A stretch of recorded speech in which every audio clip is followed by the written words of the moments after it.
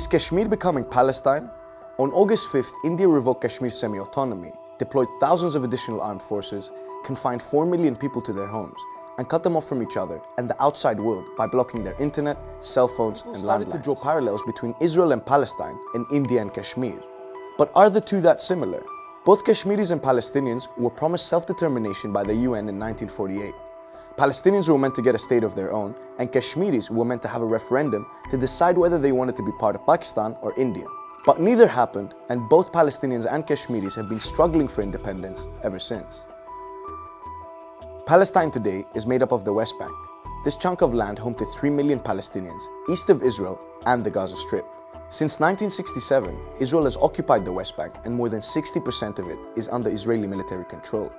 But more than 600,000 Israelis have also settled in the West Bank on Palestinian land, which is illegal according to the UN. The highly guarded settlements have led to big problems.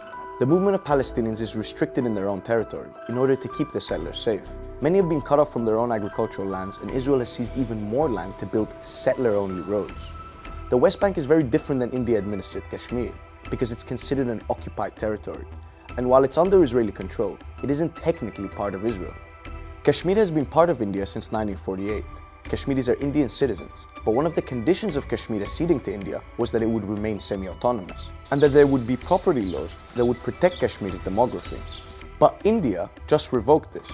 Article 370 being tossed means that Indians from anywhere in India can now buy property and settle in Kashmir. And just like in the case of Israel, encouraging Israelis to settle, some BJP leaders are doing the same.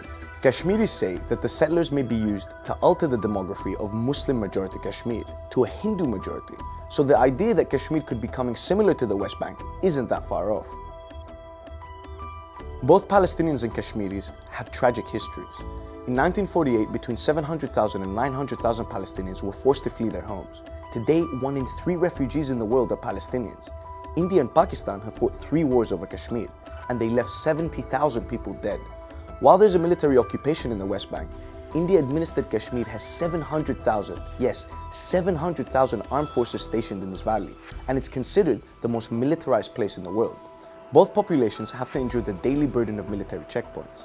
And while Palestinians face extreme restrictions to their movement, the Indian government regularly places Kashmir under curfew and blocks the internet. Both the Israeli army and Indian armed forces are notorious for using excessive force to crush any type of dissent. Israel is known for its nighttime raids and arrests, and has even been known to detain children, mostly for throwing stones. Under the administrative detention law, it can hold people based on secret evidence without trial. Kashmiris are subjected to a similar law which allows detention without trial. It's called the Public Safety Act. More than 8,000 Kashmiris have disappeared since 1989, and there are allegations of rape and torture by Indian Army soldiers. Most recently, they've used pellet guns to control crowds. More than 1,000 people have been blinded, and tens of thousands have been injured. Repressive tactics are not all that India and Israel share. Hindu nationalists have long admired Zionists and Israel, and while they have very different ideologies, they do share common ground.